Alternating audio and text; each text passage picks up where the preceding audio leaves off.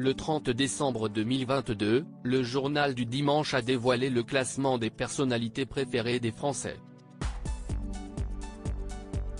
Pour la 12e fois, Jean-Jacques Goldman est à la première place du top 50 devant Thomas Pesquet et Omar Sy. Un positionnement difficile à comprendre pour l'animateur de TPMP People, Mathieu Delormeau. Le plus gros scandale,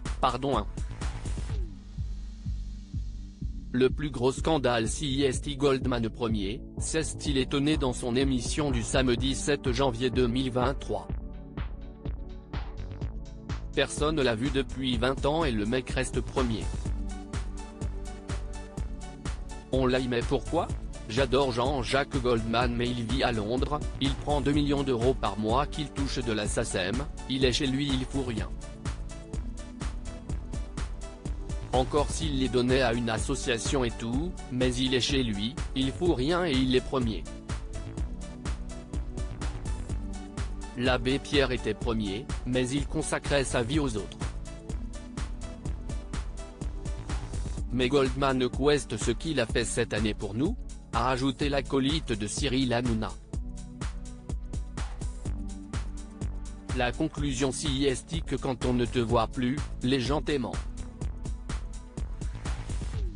Contrairement à ce que dit Mathieu Delormeau, Sophie Bazou, bénévole et régisseuse des Enfoirés, avait confié à Téléstar que le chanteur s'était énormément investi dans l'association et qu'il était tout à fait légitime qu'il prenne sa retraite artistique. Ce n'est pas comme s'il n'avait rien fait pour les restos pendant 30 ans. S'il a envie de prendre sa retraite, ça se respecte. Il n'y a pas de forcing, avait-elle ainsi confié en 2021.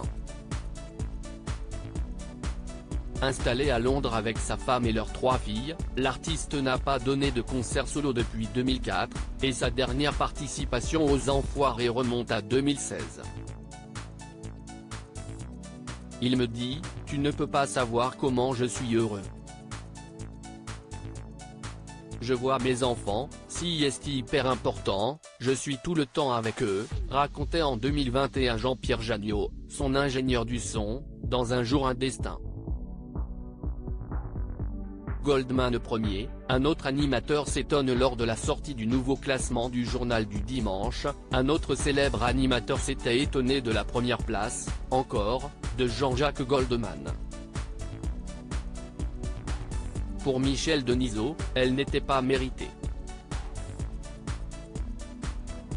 Si tu ne dis rien tu peux devenir personnalité préférée des Français qui pensent que tu penses comme eux, avait-il écrit sur Twitter, avant de supprimer son message. Justement parce qu'il continue de se préserver dans le silence, Jean-Jacques Goldman doit bien se moquer de tous ces commentaires qui le visent.